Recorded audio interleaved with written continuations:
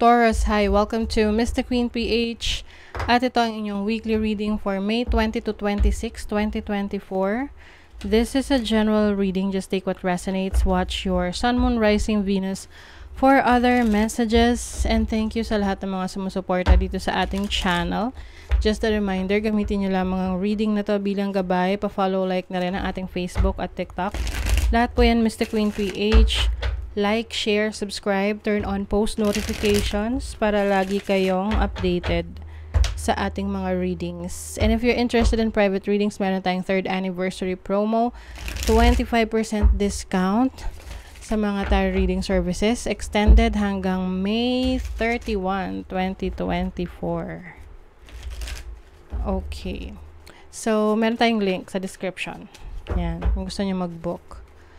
Now, let's see, Taurus. What's up with you? Ano yung overall energy ninyo this week? 10 of Cups. Oh, you have more time spending your energy sa family mo. Maaring kayo magpipiknik. Pupunta kayo sa park or any place that you can relax, have fun, enjoy nature, you know, going out with your family or your friends, your loved ones.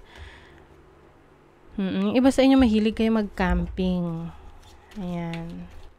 Let's see your challenge. Ano yung challenge ng mga Taurus? The 6 of Swords. Okay. As a challenge, maaring may mga bagay, can be a conflict sa isang tao or sa isang situation na nahihirapan kayong mag-move on doon, no? Maaring meron kayong nakaaway or may mga misunderstanding with someone na hindi nyo pa kayang kalimutan. Oo, baka you are not yet ready to move on, to move forward. Yung iba naman, maaring may challenge sa inyong travel. Okay? So, just make sure na yung mga kailangan nyo kapag kayo magta-travel, may checklist, no? Lahat. Wala kayong makakaligtaan.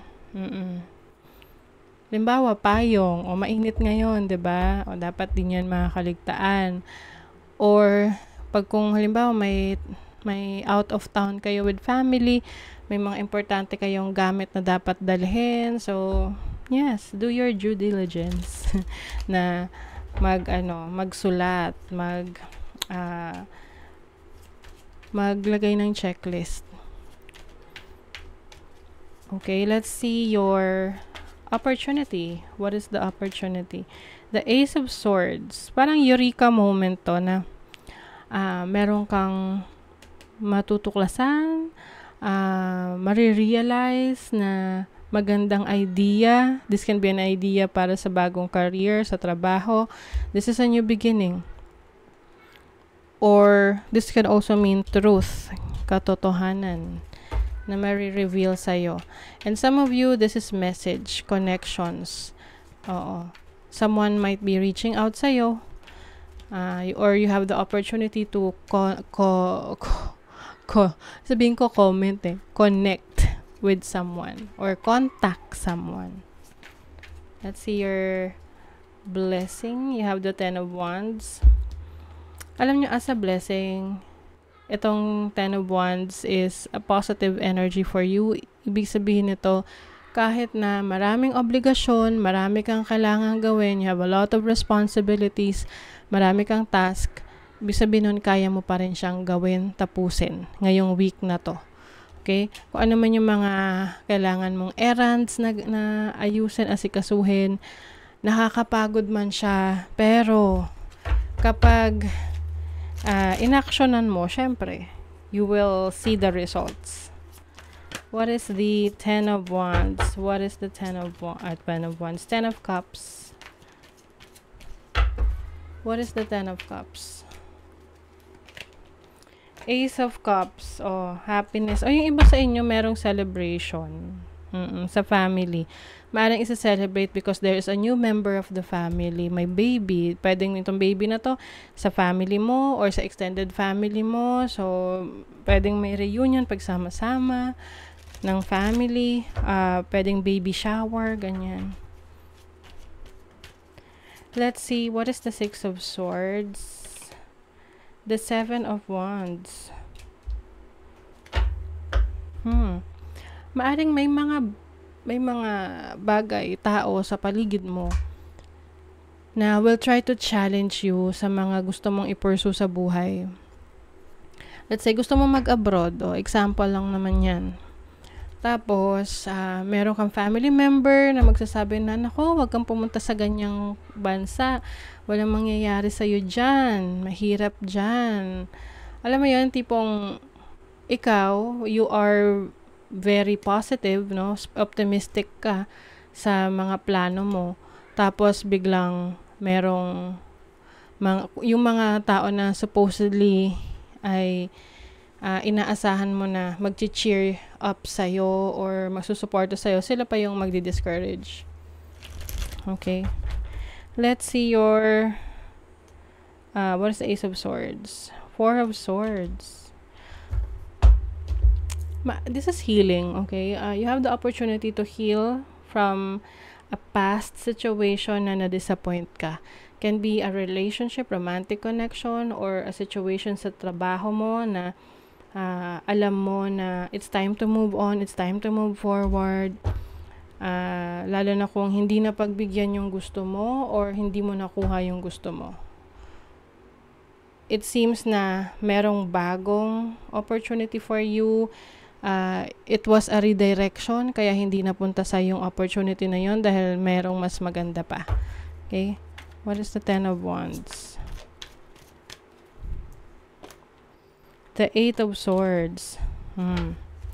Alam nyo, kung sa tingin nyo masyado ng maraming responsibilities around you, you feel restricted, I think this week you will step out of your comfort zone. You will liberate yourself, no? Palalayain mo yung sarili mo. Because these cards, nasa blessing mo to okay? I feel like you will have a realization of the things na kailangan mong gawin at mga bagay na kailangan mong iwasan para makaalis ka sa limitasyon na yan. Okay? Like what I've mentioned kanina, meron mga tao na will try to discourage you, bring you down, no? Pero kung hahayaan mo silang manalo, edi hindi ka makakakilos, no? So, your blessing is for you to step into your power, okay? This is power for me, you know? Bakit? Dahil napakarami niyang dinadala, kaya pa rin niya. Kaya pa niyang dalhin, at umaakyat siya sa bundok. Okay? So, that's a lot of power. I feel like yun ang marirealize mo this week kung gaano ka kalakas. Let's see your money, career, finances. Money, career, finances. Conflict sa work, finances. Okay. So, some of you, pwedeng merong energy ng hindi pagkakaintindihan pagdating sa pera. Pwedeng within the family or pwede rin sa trabaho, sa business. Kailangan maging clear ang lahat ng mga papasukin mong kontrata or agreement, no, na you are both, kumbaga pareho kayo aware sa policy, sa rules, sa regulations, and so on. And when it comes to achieving your goals and dreams, importante daw na consistent ka sa ginagawa mo. Determinado ka. Kasi kung parang, ang tawag doon, ningas kugon. Oo, yung tawag. Parang lulubog lilitaw, ganyan. Mahirap maka-establish ng isang magandang work, magandang trabaho, magandang career kung hindi ka consistent. You always need to show up. Okay? You have the Wheel of Fortune. Okay, pasensya na guys. Dahil, ewan ko, like what I mentioned kanina sa previous readings, During this time, I don't know kung nakakaramdam kayo niyan ngayon. Itong energy ng Pluto na naka-retrograde, masyado siyang heavy. Ang hirap kumilos. It feels like you're feeling stuck. Okay? And I have Pluto conjunct my Mercury. Mercury is the planet of communication. So, medyo nauutal-utal tayo or parang nagmi-mix up. Okay, yung mga ideas. But anyway, we're here. We're trying our best. Okay? So, you 5 of Swords, I feel like ito yung conflict na sinasabi dito. Okay? Meron ditong hindi pagkakaintindihan. Maaring merong taong manlamang sa'yo pagdating sa pera or sa trabaho, na tipong sa'yo ipapasa yung trabaho kahit hindi mo naman trabaho. Be careful sa mga ganyan. You have the Ace of Wands. I feel like meron kang gustong baguhin sa career mo, trabahong mo ngayon. And this is happening ngayon. Maaring ipapakita sa'yo ano yung path na mas maganda for you para yun yung i-pursue mo. Sa love life naman, you have get to know true love. O may true love. Maaring you are in a relationship right now or a connection right now na malaki yung potential na mag-grow. Yes. Tapos biglang merong the devil and the hanged man. Okay. This is telling me na minsan, ito kasi energy to ng Pisces, no? Yung parang dilulu, no? Delusional sometimes na things are going well or parang may obsession dito because of the devil card. So, minsan parang ang focus lang natin is ano yung benefits natin sa relationship, ano yung gusto natin sa person, tapos kung ano yung hindi maganda, anything negative, hindi na natin pinapansin. But sa life, kailangan balance, no? And with the King of Swords, this is about you analyzing things. Na ito bang person na to ay kilala mo na, no? Kasi kung hindi mo pa siya talaga totoong kilala, then masyado pang maaga para sabihin mo na itong person na to ay ang iyong true love. Okay? 8th house. This is about your other people's money. Clarify natin yan.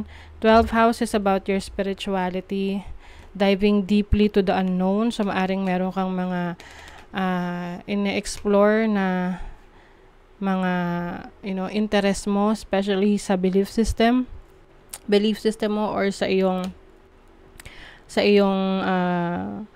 religion, or can be anything to do with your spirituality.